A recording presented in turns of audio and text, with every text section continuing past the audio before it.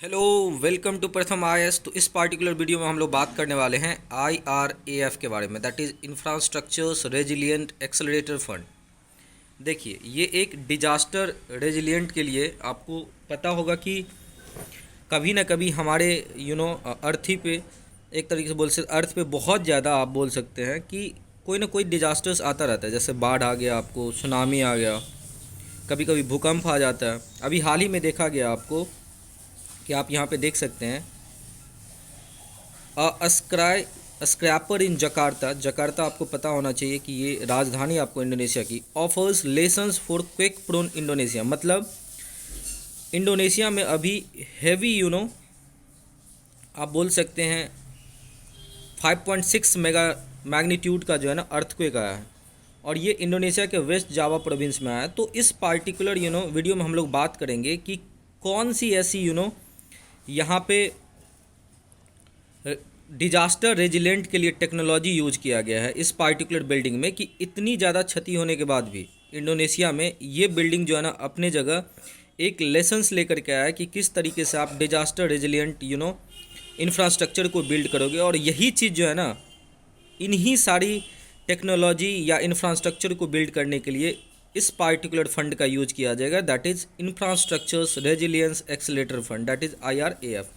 तो जानेंगे विस्तृत से इस पार्टिकुलर वीडियो में हम लोग कि एक्चुअली ये आईआरएएफ क्या है, और इसके बैकग्राउंड के बारे में भी जानेंगे कि कब इसके जो जनरेशन्स की नींव रखी गई थी और भारत से रिलेटेड कैसे है।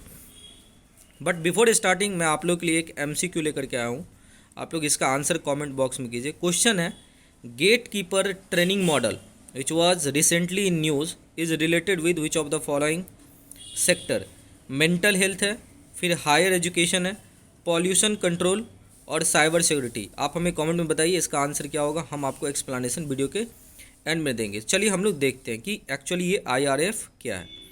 देखिए, जैसे कि मैंने आपको बताया अभी हाल ही में जो कोअलेशन फॉर डिजास्टर रेजिलिएंट इंफ्रास्ट्रक्चर, आपको पता होगा यूनाइटेड नेशंस की एक समिट हो रही थी 2019 में, जब प्राइम मिनिस्टर मोदी जी ने CDRI की घोषणा की थी, that is coalition for disaster resilient infrastructure. और इसका काम ही यही था। आगे हम लोग देखेंगे कि किस तरीके से स्पेसिफिकली जो Asia Pacific, Indo Pacific regions में डिफरेंट डिजास्टर्स होते हैं। तो डिजास्टर्स के बाद एक तो सबसे पहले कि प्री डिजास्टर्स, जो हम लोग इंफ्रास्ट्रक्चर को अपने आप को बिल्ड करें, ठीक है, अच्छा तरीके से रास्ता बनाए, मजबूत होना चाहिए। अर्ली वार्निंग सिस्टम जो टेक्नोलॉजी के थ्रू है वो हम अच्छे से कोशिश करें। तो इन सब के लिए जो है ना एक CDRI की घोषणा की गई थी, और उसी ऑर्गेनाइजेशन ने अभी IRAF that is infrastructure resilient accelerator fund की घोषणा की है। तो जानते हैं विस्तृत से कि ये घोषणा क्या है, ये फंड क्या है आपको। तो देखिए यहाँ पे लिखा हुआ है, coalition for disaster resilience infrastructures for resilience accelerator fund is a multi partner trust fund. इसमें बहुत सारे कंट्री जो है ना इसमें क्या करेंगे, कंट्रीब्यूट कर सकते हैं। और इसमें जो है ना यूनाइटेड नेशन डेवलपमेंट प्रोग्राम और जो UNODCR है, उन्होंने मदद किया बहुत ज़्यादा इस particular multi donor trust fund को बनाने के लिए। और इसको हैंडल कौन करेगा, तो न्यूयॉर्क बेस्ड एक यूनाइटेड नेशन की MPTFO एक ऑर्गेनाइजेशन है जो इसको टेक्निकली हैंडल करेंगे। मान लीजिए किसी को डोनेशन करना है तो डायरेक्टली आप इनके वेबसाइट से जाकर के यहाँ पे डोनेट कर सकते हो। अब इम्पॉर्टेंट क्या है कि वाई डज इट फॉर्म। तो रीज़न है कि यहाँ आप देख रहे हैं कि it will add worldwide. देखिए, लोग इसको सपोर्ट इसीलिए करेंगे क्योंकि ये एक रीजनल सेंट्रिक इनिशिएटिव नहीं है। जैसे अभी आपने हाल ही में देखा कि पाकिस्तान में क्या आया था, तो बाढ़ आई थी।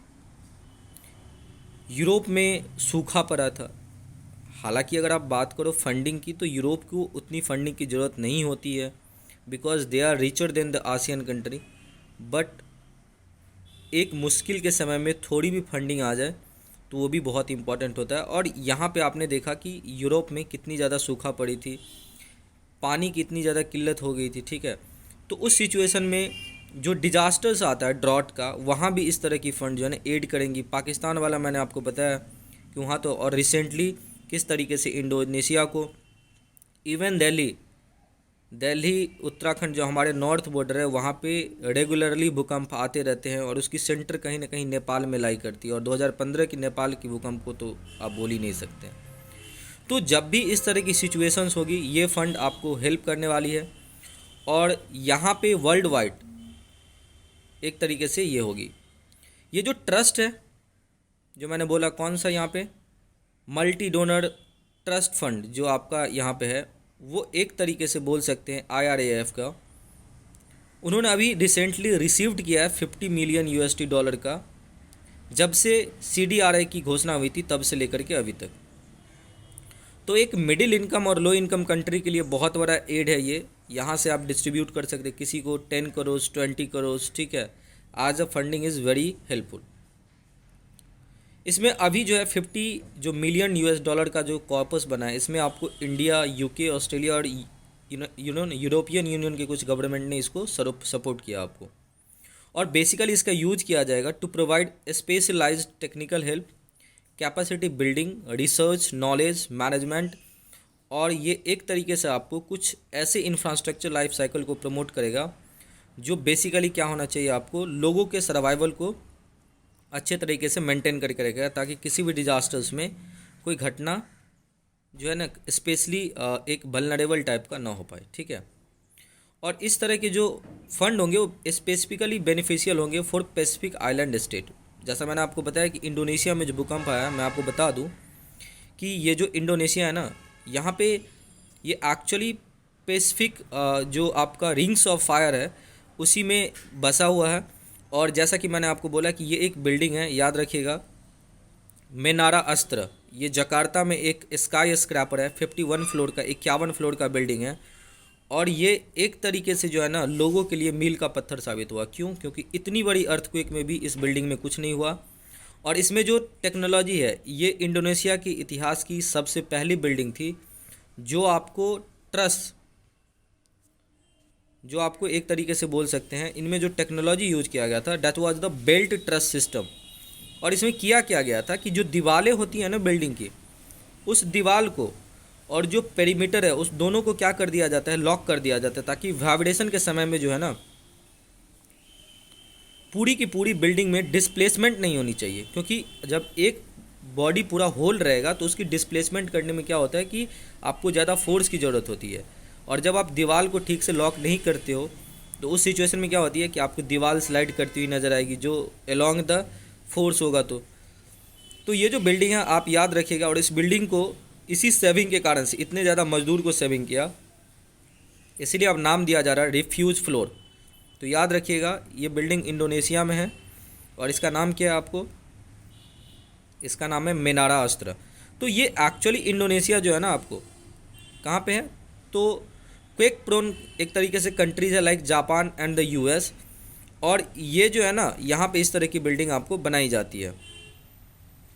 और जैसे मैंने आपको बोला कि ये रिंग्स ऑफ फायर में अवेलेबल है। Indonesia which sits along the Pacific Ocean rings of fire zone, वहाँ पे जो है ना इस तरह की घटना हमेशा होती रहती है, ठीक है। और यहाँ पे एक तरीके से बोल सकते हैं सेविंग करने में ये बिल्डिंग बहुत इंपॉर्टेंट योगदान। देखिए उससे बाद में अगर मैं यहाँ पे बात करूँ कि आपका ये CDRI क्या है, तो जैसा मैंने आपको बताया कि 2019 का जब UN क्लाइमेट एक्शन समिट हो रहा था न्यूयॉर्क में, then PM Modi announced CDRI। National government, UN की एजेंसीज़ हो या प्रोग्राम्स हो, इंटरनेशनल डेवलपमेंट बैंक्स हो, फाइनेंशियल मैकेनिज्म हो या चाहे कॉरपोरेट सेक्टर्स हो, नॉलेज इंस्टीट्यूशन हो, ये सारे कोलैबोरेट करके किसी भी आपदा से निपटने के लिए आराम से यहाँ पे ये सब लोग मदद कर सकते हैं, ठीक है। CDRI प्रमोट्स करती है climate and disaster resilience of new and existing infrastructures through their sustainable development. तो आपको बेसिकली कुछ ऐसे टेक्नोलॉजी, कुछ ऐसे प्रोग्राम्स बनाने हैं, जैसे आपने यूनेस्को का साइक्लोन रेडी विलेज का नाम सुना होगा, ठीक है। तो वो भी यूनेस्को UN की एक बॉडी है, तो वहाँ भी आप एक तरीके से बोल सकते हो कि इसी तरह की इनिशिएटिव ली जाती है कि लोगों को हैबिटेबल बनाया जाए ड्यूरिंग द कैलामिटीज़ और यू में से ड्यूरिंग द डिजास्टर्स, ठीक है।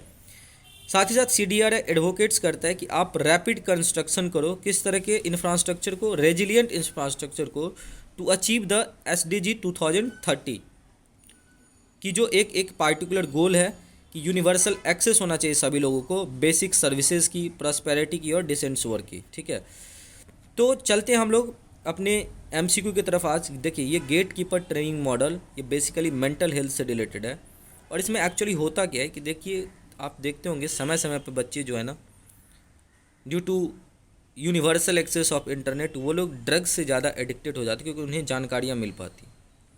और इन सब चीज़ों के लिए जो है ना, देखा गया है आपको कि डिफरेंट डिफरेंट जगह पे जहाँ पे बच्चे ज़्यादा जाते हैं वहाँ पे इम्पॉर्टेंट क्या है कि गेट कीपर बहुत इंपॉर्टेंट होता है। उन्हें सर्च एंड एक तरीके से बोल सकते हैं, उनकी बैग को तलाशी ली जाती है कि क्या वो कुछ, जैसे आप मान लीजिए एक बैचलर पार्टीज होती है, तो उस टाइम पे जो है ना, इन सब चीज़ों का बहुत इंपॉर्टेंट रोल हो जाता है गेट कीपर का, कि वो उनके बैग को प्रॉपरली सर्च करे कि क्या इसमें कोई बैंड सामान या कोई मेंटल ऐसा तो नहीं है कि जो गलत उनको आदत लग रहा है। तो उम्मीद करते हैं कि ये सेशन बहुत अच्छा लगा होगा, और अच्छा लग रहा है तो प्लीज़ हमारे चैनल को सब्सक्राइब कीजिए। Thank you so much for watching this video.